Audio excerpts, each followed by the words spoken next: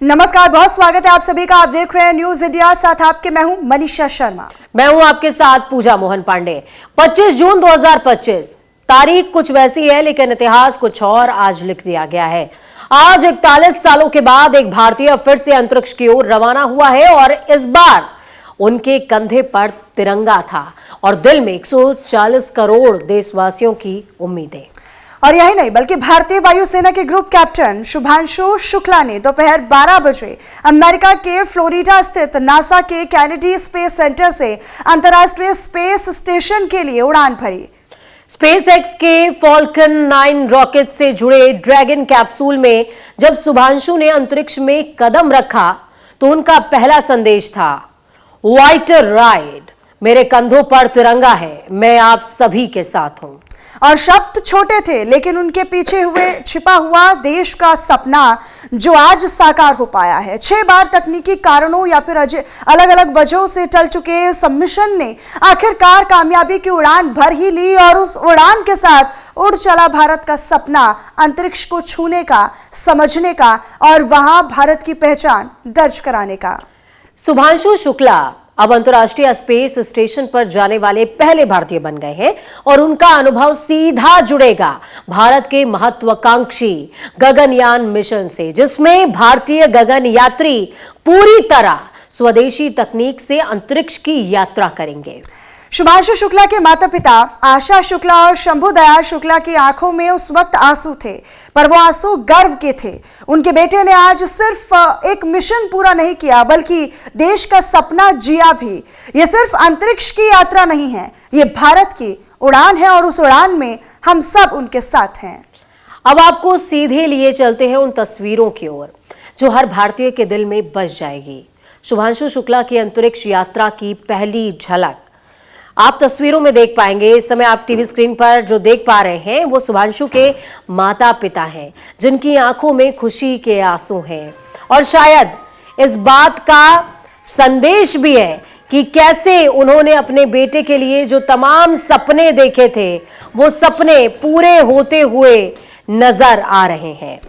बिल्कुल, और ये तस्वीरें जो है वो पूजा इसलिए भी काफी महत्वपूर्ण हो जाती हैं और ये भावुक कर देने वाला पल है। जितनी लगन, जितनी निष्ठा और जितनी लीन वो अपने सपने को साकार करते हुए नजर आए थे, जिस सपने को उन्होंने जिया है, ना केवल उसमें उनका संघर्ष है बल्कि उनसे ज्यादा उनके माता पिता का संघर्ष और उनका सपना भी जुड़ा हुआ है, जिसे आज उन्होंने जिया है। बिल्कुल, आज उन्होंने जिया है। देखिए, आप मेरी कह सकते हैं कि दाहिनी तरफ हो सकता है वो आपका बायां साइड हो, लेकिन आप 1984 की एक तस्वीर देख रहे होंगे। ये राकेश शर्मा है और मुझे याद आता है मनीषा, जिस दौरान मैं राकेश शर्मा का जितनी बार भी वो क्लिप देखती हूँ जिसमें इंदिरा गांधी उनसे पूछ रही हैं, राकेश, आसमान से अंतरिक्ष से हिंदुस्तान कैसा नजर आता है, तो उन्होंने कहा, सारे जहां से अच्छा हिंदुस्तान हमारा। यानी कि विश्व में आप कहीं भी जाइए, ये रौनक, ये आबादी, या यूं कहिए कि इतनी विभिन्नताओं के बावजूद एक एकता का सूत्र आप कहीं नहीं अर्जित कर सकते। ये भाव सिर्फ भारत में निहित है। और मेरे इस तरफ आप जो तस्वीर देख रहे हैं वो शुभांशु शुक्ला, ये 2025 की तस्वीर है। ये 1984 से 1925 तक का सफर भारत का और संघर्ष भारत का, ये हम सब ने देखा है, पीढ़ी दर पीढ़ी ये हमने देखा है और इसे याद भी रखा जाएगा। चाहे हम उस पूजा आर्यभट्ट की लॉन्चिंग की बात करें, जब 1975 का ही वो समय था। आज देश में 2 सबसे मुख्य मुद्दों को लेकर आप देखेंगे कि चर्चाएं चल रही है। 1975 का समय जब इमरजेंसी की भी जिक्र हो रहा है, लेकिन दूसरी तरफ 1975 का ही वो साल था जब आर्यभट्ट की लॉन्चिंग भी हुई थी। उसके बाद हमने चंद्रयान का प्रक्षेपण भी देखा, तो देश ने कई असफलताएं भी देखी, निराशाएं भी देखी, लेकिन सफलता उन्हीं असफलताओं के बाद मिलती है। और ये जो बार बार हम तस्वीर भी दिखा रहे हैं, एक मां की आंखों में झलकते हुए ये आंसू जो है वो नजर आ रहे हैं, ये गौरवान्वित पल है। तो देखिए, बेहद खास है ये, बेहद खास है ये क्षण। एक लाइन आपने सुनी होगी, जननी जन्मभूमिश्च स्वर्गादपि गरीयसी। जन्मभूमि के लिए जब इंसान संघर्ष कर रहा हो और उसकी जननी का साथ हो, तो इससे अतुलनीय क्षण तो कोई हो ही नहीं सकता।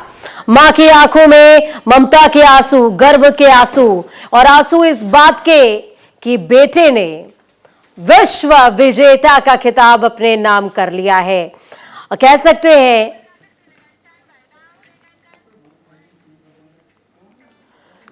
तो अब आपको ग्राफिक्स के जरिए दिखाएंगे, समझाएंगे, बताएंगे कि ये मिशन कितना खास है, ये मिशन क्यों बेहद खास हो जाता है। कैप्टन शुभांशु शुक्ला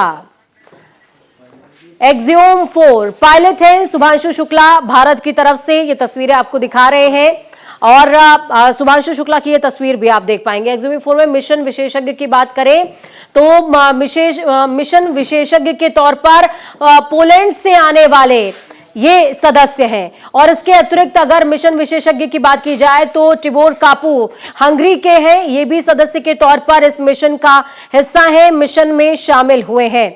पैगी विल्सन अमेरिका से हैं और महिला हैं, ये भी हिस्सा है, कमांडर के तौर पर इस मिशन का हिस्सा बनी है। शुभांशु शुक्ला जो कि भारत से ताल्लुक रखते हैं, पायलट है मिशन में, यानी कि कृष्ण की भूमिका में होंगे, रथ उनके हाथों में होगा। और ये मिशन का सर्वे सर्वा या सफलता की कमान भी आप कह सकते हैं शुभांशु के हाथों में होगी।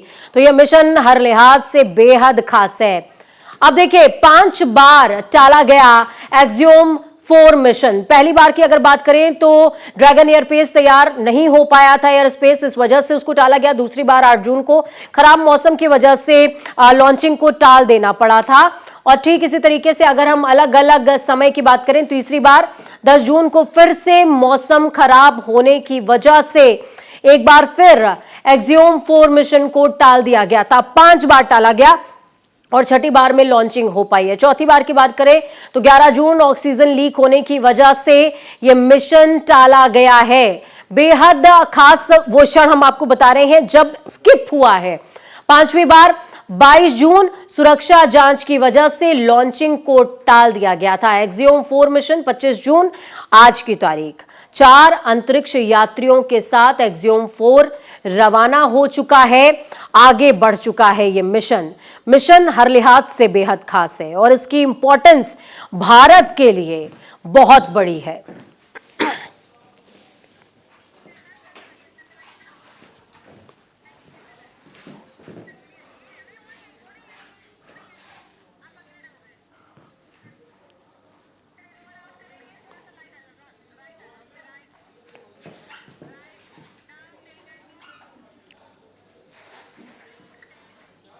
तो मिशन 6 बार टाला गया है, 6 बार मिशन को टालना पड़ा। ड्रैगन स्पेस क्राफ्ट के तैयार नहीं होने की वजह से लॉन्चिंग को टालना पड़ा। फॉल्कन 9 रॉकेट लॉन्च के लिए तैयार नहीं था, इस वजह से भी टाला गया।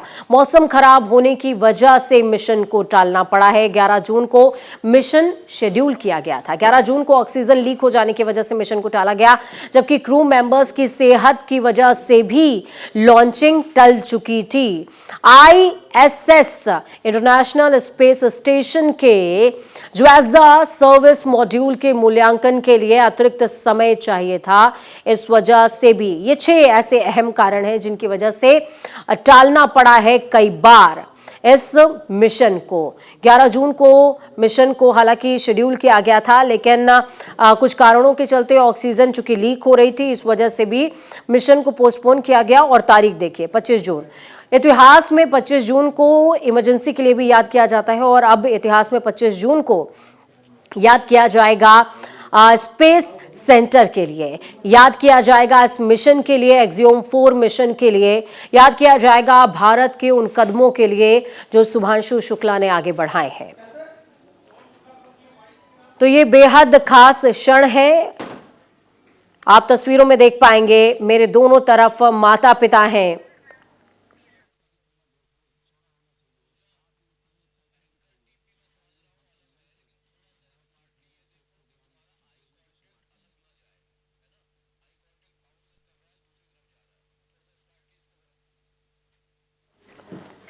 तो देखिए 41 सालों के बाद अंतरिक्ष में कीर्तिमान स्थापित करने का काम हुआ है। तिरंगा लहराएगा एक बार फिर से। बहुत गौरव महसूस कर रही हूँ मैं। उसका सेफली ऑर्बिट में पहुंच गया है, इसीलिए मैं बहुत खुश हूँ। अब बियॉन्ड वर्ड्स है अभी राइट नाउ एक्सप्लेन करना, बट बहुत खुश है कि फर्स्ट स्टेज अच्छे से क्रॉस हो गई, but this is just a beginning, अभी बहुत कुछ बाकी है। बहुत बढ़िया है, कहें और क्या कहें क्या ना कहें तो सब आप लोग देख ही रहे हो। अनुभव की कोई ज्यादा इमोशनल इमोशनल हो गए थे पर अब ठीक है। लेकिन खुश है आप। लग रहा है ऊपर वाले को करते हैं कि मतलब उसने आप लोगों ने किया ये हम उसके लेकर निभाते थे और मिशन उसका सक्सेसफुल रहा है। भावुक भी हो गए थे उस समय। अभी ईश्वर की कृपा है। नमस्कार प्यारे देशवासियों, व्हाट अ राइड। 40 साल बाद हम वापस अंतरिक्ष में पहुंच गए हैं और कमाल की राइड थी। इस समय हम 7.5 किलोमीटर प्रति सेकंड की रफ्तार से पृथ्वी के चारों तरफ घूम रहे हैं और मेरे कंधे पे मेरे साथ मेरा तिरंगा है जो मुझे बता रहा है कि नहीं हूँ, मैं आप सबके साथ हूँ। ये मेरे इंटरनेशनल स्पेस स्टेशन तक की जर्नी की शुरुआत नहीं है, ये भारत के ह्यूमन स्पेस प्रोग्राम की शुरुआत है और मैं चाहता हूँ कि आप सभी देशवासी इस यात्रा का हिस्सा बने। आपका भी सीमा जैसे चौड़ा होना चाहिए, आप भी उतना ही एक्साइटमेंट दिखाइए। आइए हम सब मिलकर भारत के ह्यूमन स्पेस प्रोग्राम की जर्नी की शुरुआत करें। नमस्कार मेरे प्यारे देशवासियों, व्हाट अ राइड। 40 साल बाद हम वापस अंतरिक्ष में पहुंच गए हैं और कमाल की राइड थी। इस समय हम 7.5 किलोमीटर प्रति सेकंड की रफ्तार से पृथ्वी के चारों तरफ घूम रहे हैं और मेरे कंधे पे मेरे साथ मेरा तिरंगा है जो मुझे बता रहा है कि नहीं हूँ, मैं आप सबके साथ हूँ। ये मेरे इंटरनेशनल स्पेस स्टेशन तक की जर्नी की शुरुआत नहीं है, ये भारत के ह्यूमन स्पेस प्रोग्राम की शुरुआत है और मैं चाहता हूँ कि आप सभी देशवासी इस यात्रा का हिस्सा बने। आपका भी सीमा जैसे चौड़ा होना चाहिए, आप भी उतना ही एक्साइटमेंट दिखाइए। आइए हम सब मिलकर भारत के ह्यूमन स्पेस प्रोग्राम की जर्नी की शुरुआत करें। नमस्कार मेरे प्यारे देशवासियों, व्हाट अ राइड। 40 साल बाद हम वापस अंतरिक्ष में पहुंच गए हैं और कमाल की राइड थी। इस समय हम 7.5 किलोमीटर प्रति सेकंड की रफ्तार से पृथ्वी के चारों तरफ घूम रहे हैं और मेरे कंधे पे मेरे साथ मेरा तिरंगा है जो मुझे बता रहा है कि नहीं हूँ, मैं आप सबके साथ हूँ।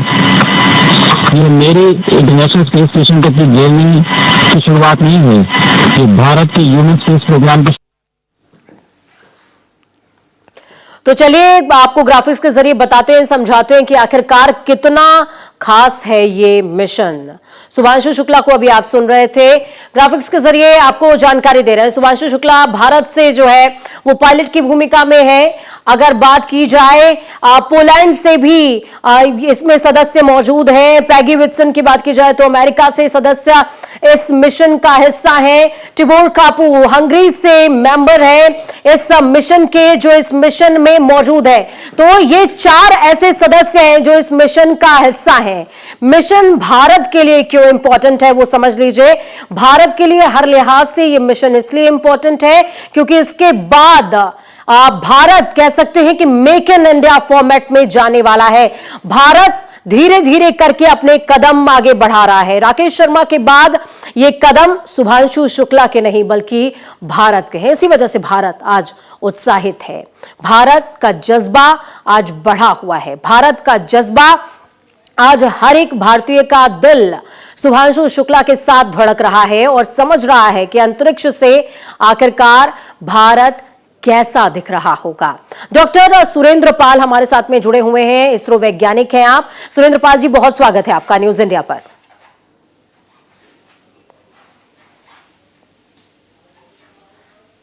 सुरेंद्र पाल जी, क्या आप मुझे सुन पा रहे हैं? हाँ, मैं सुन पा रहा हूँ। बहुत स्वागत है सर आपका और बहुत शुभकामनाएं आपको। नमस्कार, आपको भी।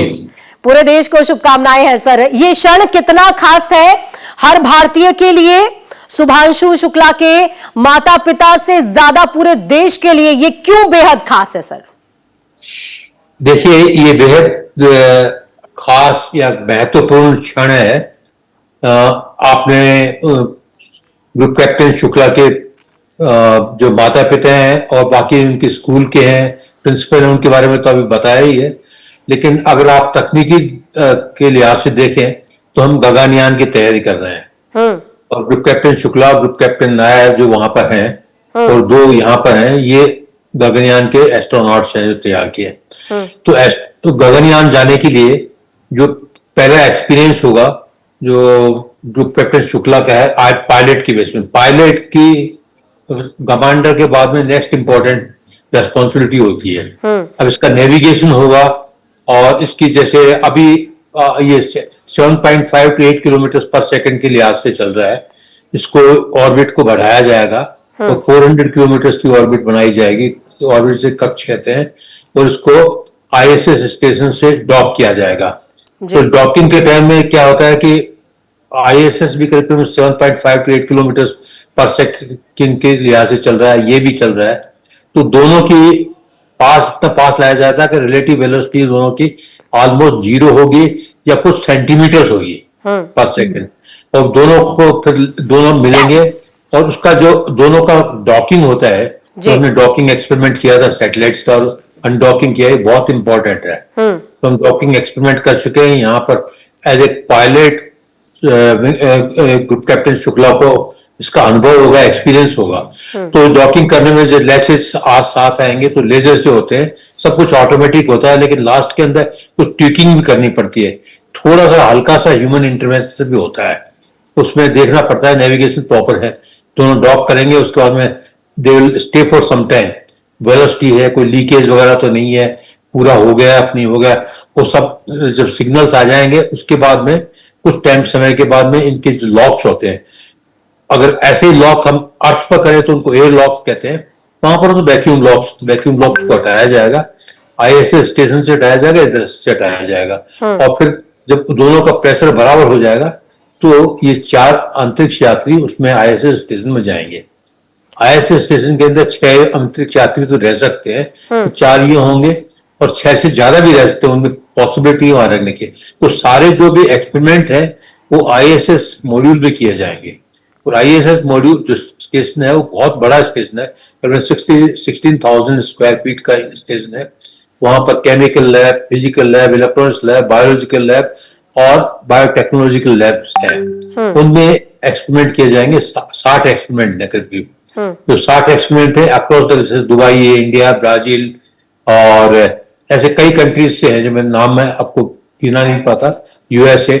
उनमें 7 एक्सपेरिमेंट हैं जो ग्रुप कैप्टन शुक्ला करेंगे जी, और सातों के सातों एक्सपेरिमेंट बहुत इंपॉर्टेंट है।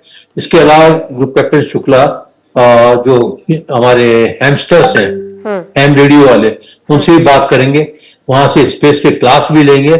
और इसका मैं जो सोचता हूँ टेक्नोलॉजी के लिए अलावा और तकनीकी के अलावा जो सबसे बड़ा इम्पैक्ट होगा वो होगा हमारे आने वाली जनरेशन में। आप देखिए आपके पीछे बच्चे कितने खुश हैं, वो सबके सब एस्ट्रोनॉट बनना चाहेंगे। और मैं आर्यभट्टा की टीम का मेंबर रहा हूं, मैं 22 साल का था जब आर्यभट्टा हमने लॉन्च किया जी 75 में।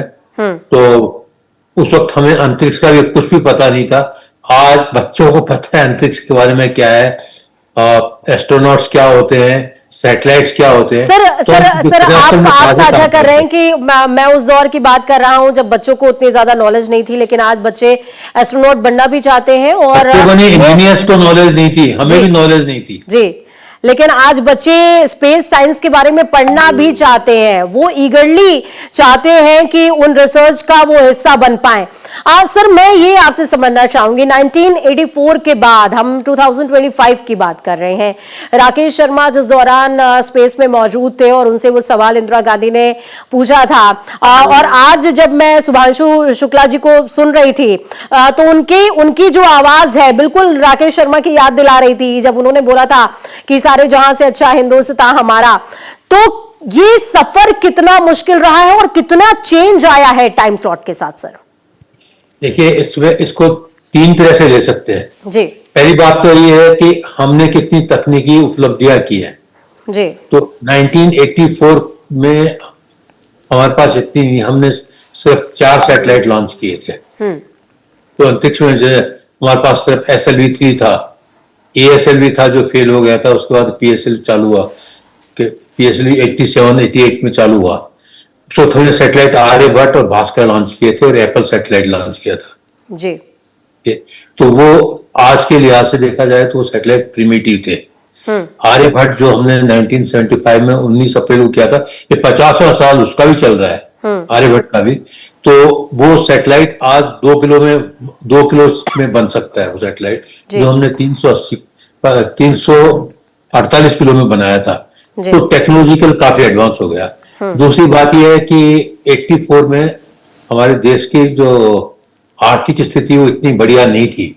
आर्यभट्ट के लिए मिसेस गांधी ने 3 करोड़ रुपए दिए थे। जी। आज 550 करोड़ 550 करोड़ तो हम एक्सएम मिशन के लिए दे रहे हैं। 84 की जो लॉन्च थी वो फ्रेंडली लॉन्च थी। जो सोवियत यूनियन में 84 की फ्रेंडली राइड दी थी। तो उसमें मैं पर्सनली मानता हूं, क्योंकि मेरा मतलब अमेरिकन से भी संबंध रहा है, सोवियत से रशियन से भी संबंध रहा है, तो मैं मानता हूं कि सोवियत ने हमें एनकरेज करने में इस मामले में काफी मदद की है। तो हमें उनका भी, रशियंस का भी आभार प्रकट करना चाहिए। और तब टेक्नोलॉजी देखिए, उसके बाद में हमने 3SX सैटेलाइट किए, हमने PSLV को डेवलप किया, GSLV को डेवलप किया, हमारा खुद का क्रायो इंजन किया। आज बाहुबली जो कि गगनयान को लेकर जाएगा, आज हम गगनयान की कुछ एक्सपेरिमेंट्स कर चुके हैं, क्रू एस्केप मॉड्यूल वगैरह का टेस्ट कर चुके हैं, और उसके बाद हम चंद्रमा पर चले गए हैं और साउथ में। तो क्वांटम जंप हुआ है, जिसे कहते हैं ना कि एक क्वांटम जंप हुआ। तो 84 और आज के मुकाबले बहुत भारत काफी आगे बढ़ रहा है तकनीकी, फाइनेंशियली। और मैं ये कहूं कि जो हमारे में सेल्फ कॉन्फिडेंस है ना, आत्मविश्वास, वो बहुत ज्यादा आया है। आज हमारे बच्चे अंतरिक्ष की बात करते हैं। 84 के अंदर हम अंतरिक्ष इंजीनियर्स बात करते थे, और 75 में तो इंजीनियर्स को भी अंतरिक्ष के बारे में ज्यादा पता नहीं था, जो उसमें काम करने वाले थे। इतना बहुत क्वांटम जंप है, मैं कह सकता हूँ। बिल्कुल। और मैं ये उम्मीद करती हूँ सर आपकी बात के साथ में कि ये जो जंप हमारी है, ये वाकई इसका जो विश्व साक्षी बन रहा है, ये जंप भारत की हमारे यंगस्टर्स को और ज्यादा ताकत देगी, प्रेरणा देगी। बहुत शुक्रिया सर, आप हमारे साथ में जुड़े, आपने अपना कीमती समय हमको दिया है। तो आप सुन रहे थे सर साफ तौर पर हमारे साथ में साझा करते नजर आए कि ये पहलू, ये मिशन क्यों इंपॉर्टेंट है और किस तरीके से भारत सेल्फ मेड मिशन की तरफ अब इस मिशन के बाद आगे बढ़ता हुआ नजर आएगा।